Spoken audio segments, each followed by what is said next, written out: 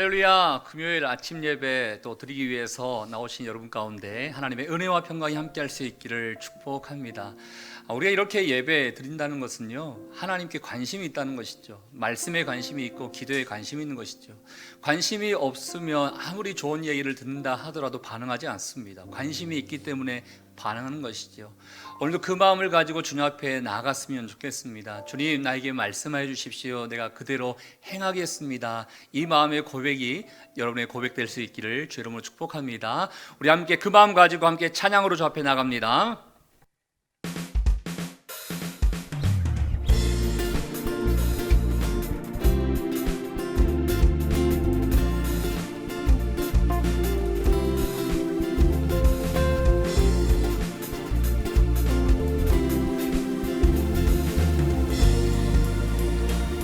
갑니다. 주의 음성을 내가 들으니 주의 음성을 내가 들으니 사랑한다 말일세 믿는 마음으로 주께 나오니 나를 영접하소서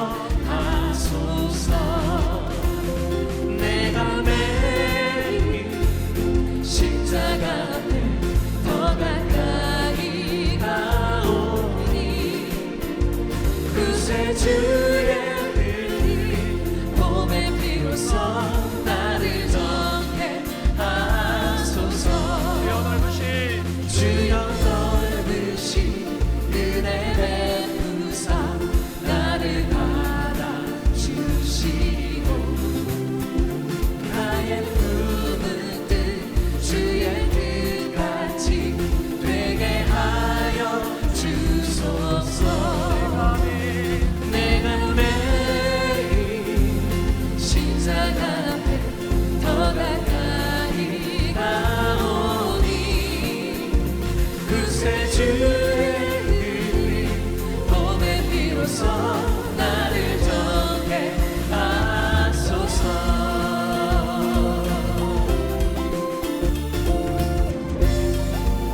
우리 한 번 더 고백할 때는 주의 보좌로 나갈 때 주의 보좌로 나갈 때에 어찌하니 기쁠까 주의 얼굴을 항상 배우니 더욱 친근함이라 우리 구주의 넓은 사랑을 우리 구주의 넓은 사랑을 증명할 자 없으려 주가 주시는 참된 기쁨도 헤아릴 수 없도다 내가 매일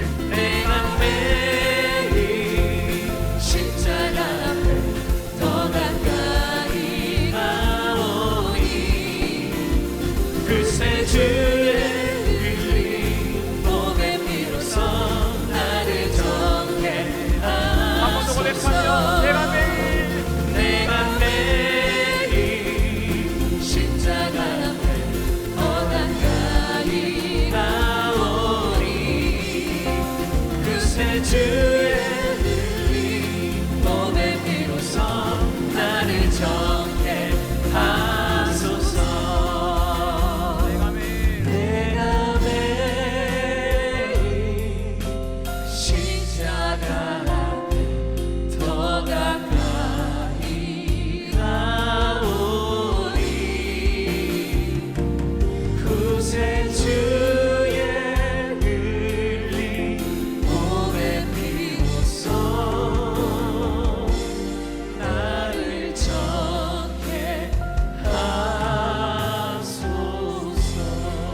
정케하소서 하나님 아버지, 우리가 주님께 나아갑니다. 하나님의 말씀에 반응하고자 나아가기를 원합니다.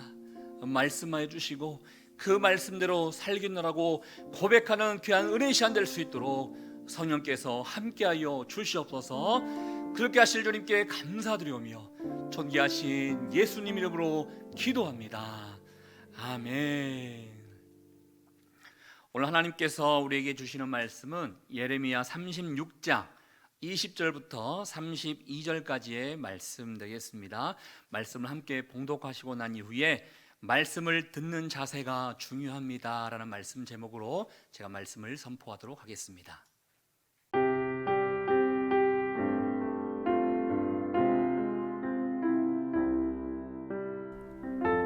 예레미야 36장 20절에서 32절 말씀.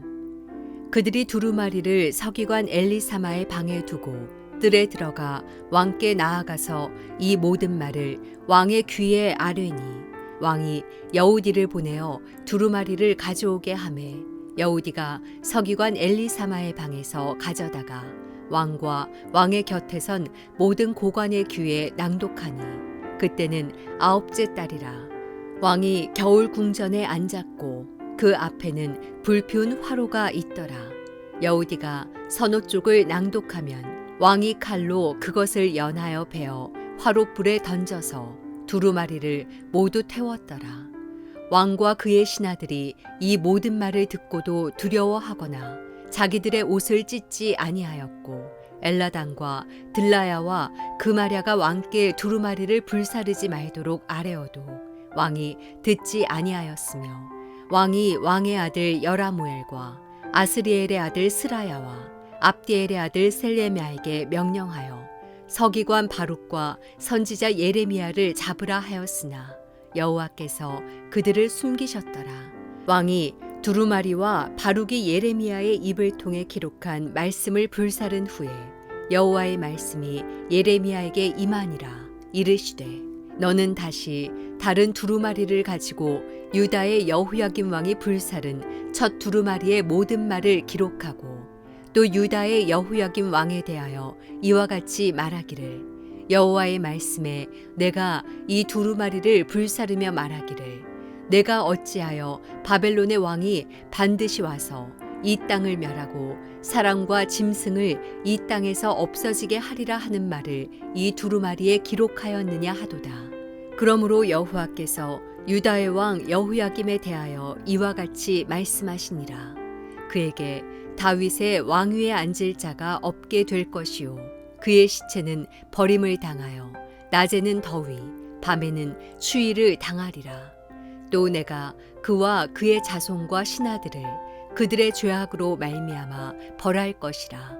내가 일찍이 그들과 예루살렘 주민과 유다 사람에게 그 모든 재난을 내리리라 선포하였으나 그들이 듣지 아니하였느니라.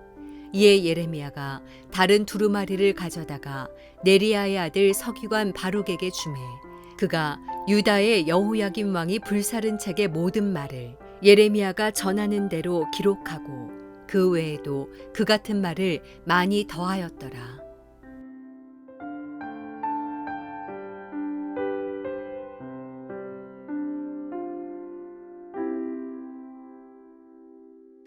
할렐루야, 금요일입니다. 금요일 기대 있으십니까? 또 일주일에 또 마지막을 우리가 맞이한다고 생각하니까 또 기대가 있을 것 같은데요. 오늘 하루도 승리할 수 있는 여러분들 수 있기를 축복합니다.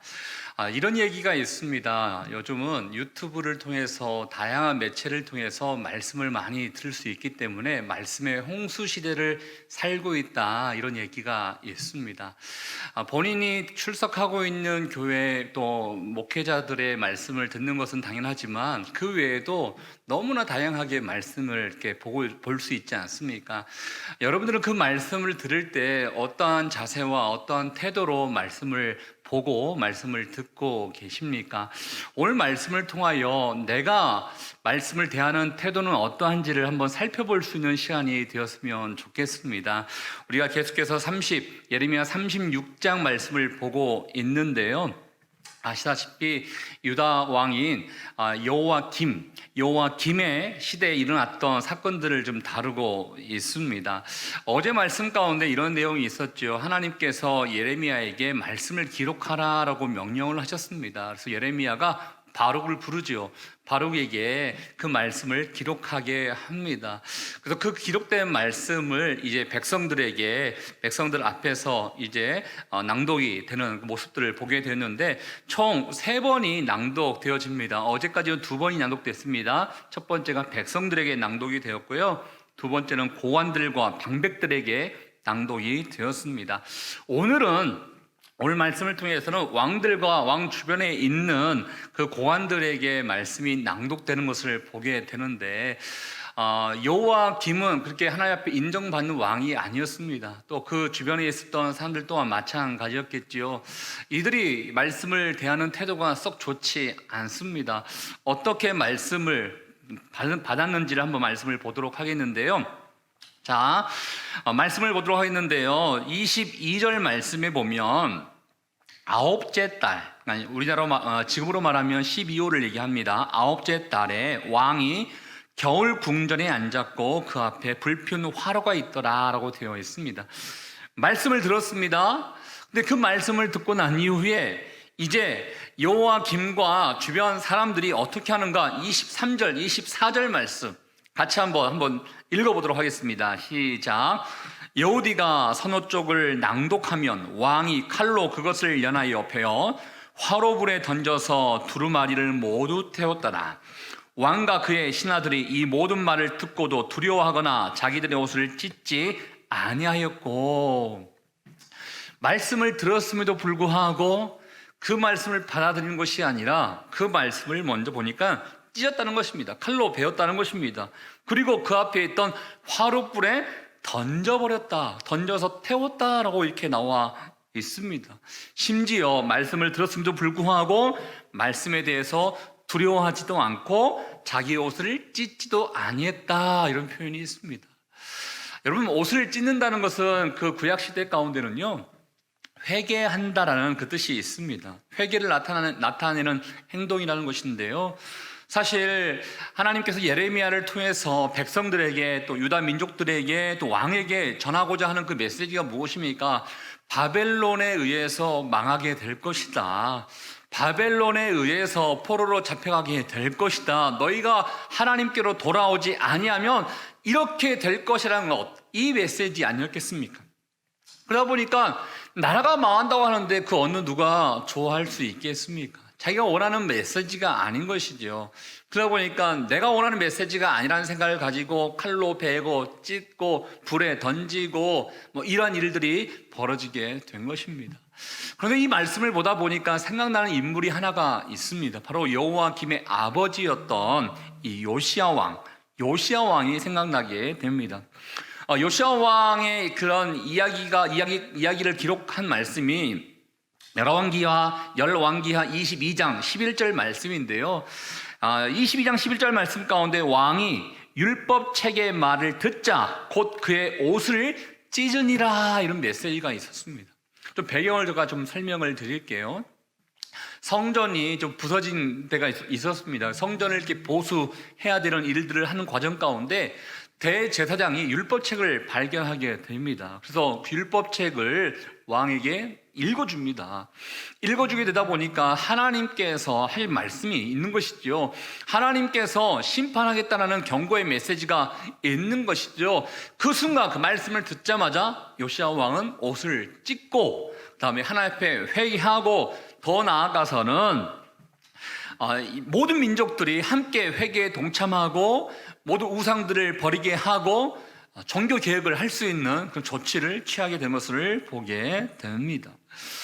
여러분, 똑같은 메시지를 들었음에도 불구하고 어느 누구는 옷을 찢고 회개하고 겸손히 하나님 앞에 나아가는 자가 있었던 반면에 오늘 말씀에 나오는 여호와김과 그 주변 사람들은 두려워하지도 않고 옷을 찢지도 않고 말씀을 태워버렸다라는 것입니다.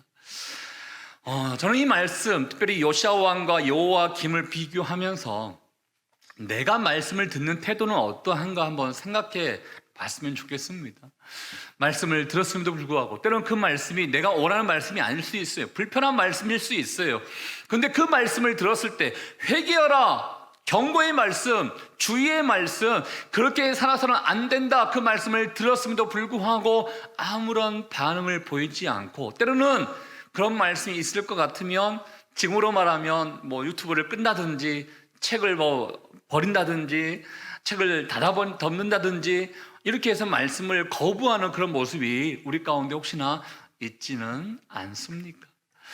여러분, 하나님은 동일한 하나님이셨습니다. 요시아 때 하나님, 요아김 때 하나님, 동일한 하나님이 동일한 메시지를 했음에도 불구하고 받아들이는 사람의 태도에 따라서 그들의 삶의 결과는 다르게 된 것을 보게 됩니다.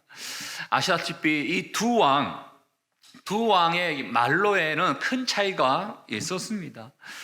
하나님의 말씀을 관심을 두느냐, 하나님의 말씀을 선택했느냐, 이거 여부에 따라서 결론이 달라지게 된 것이죠. 사랑하는 여러분, 말씀에 관심을 두셔야 됩니다.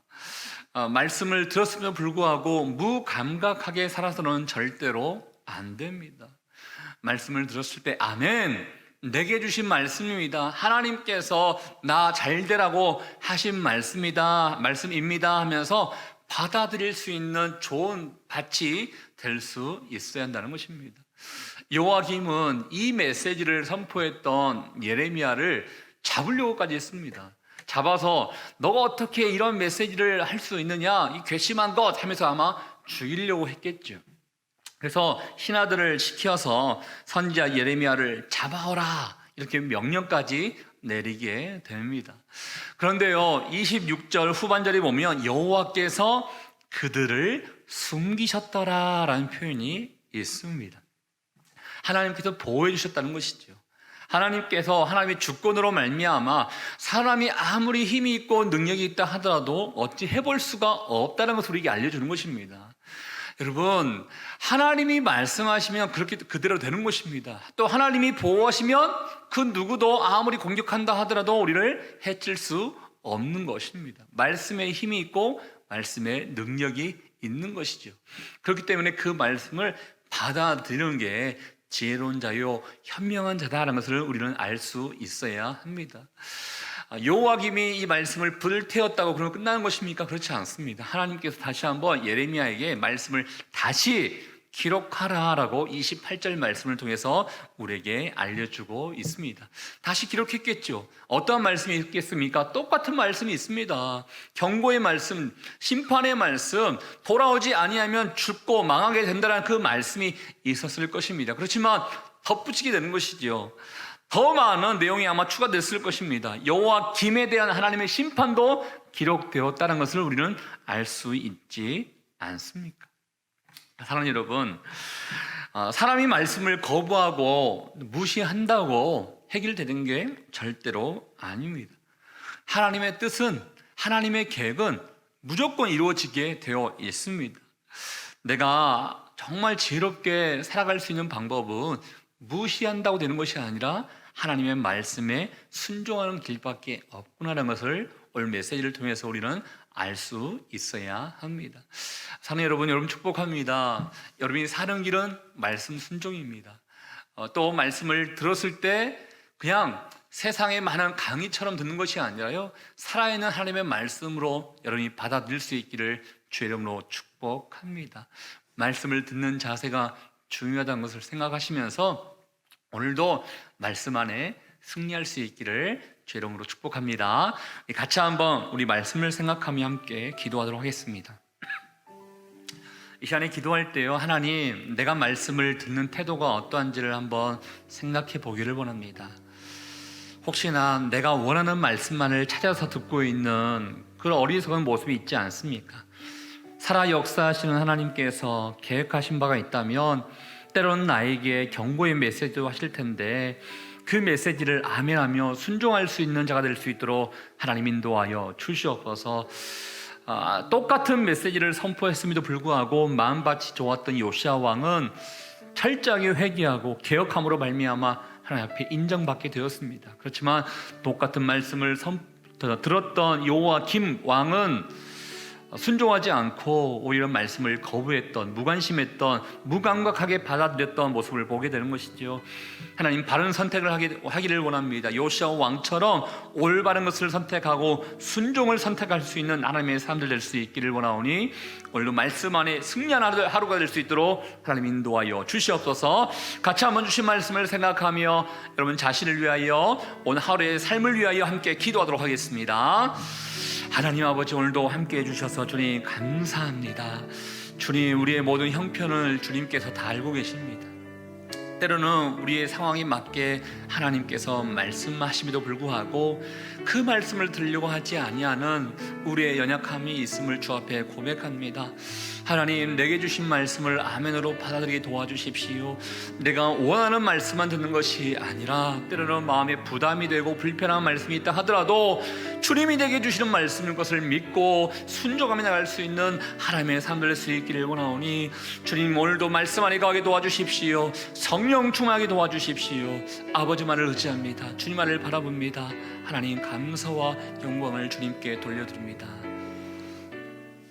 사랑과 은혜가 충만하신 하나님 아버지, 오늘 여호와김이 하나님의 말씀을 어떻게 받아들였는지, 어떠한 태도를 가지고 말씀을 접했는지 오늘 말씀을 통해서 보게 되었습니다. 혹시나 이러한 모습이 나의 삶 가운데 있지는 않습니까? 내가 원하는 메시지만 듣고자 하는 그런 마음이 있지 않습니까? 하나님의 계획이 있다면 하나님은 다양한 방법을 통하여 우리에게 말씀하여 주실 줄 믿습니다. 그 말씀을 거부하는 것이 아니라, 덮는 것이 아니라, 버리는 것이 아니라 매 순간순간마다 순종하며 말씀을 받아들이는 정말 바른 신앙의 삶이 될 수 있도록 주님 인도하여 주시옵소서. 오늘 하루의 삶도 주님께 의탁드립니다. 우리 가운데 은혜를 베풀어 주시고 하나님과 동행하는 인생 될 수 있도록 축복하여 주시옵소서. 함께 하실 주님께 감사와 영광을 돌려드리며, 지금 이 시간 우리 인생의 길과 진리와 생명 되시는 예수 그리스도의 은혜와 하나님 아버지의 그 크신 사랑하심과 성령의 교통, 위로 충만하심이 하나님의 말씀을 바른 태도로 받아들이며 늘 순종의 길을 걷고자 다시 한번 다짐하기를 원하는 주의 백성들 한 사람 한 사람 머리 위에, 우리 가정과 일터와 사람 살리는 교회 위에 이제부터 영원토록 함께하기를 간절히 축원하옵나이다. 아멘.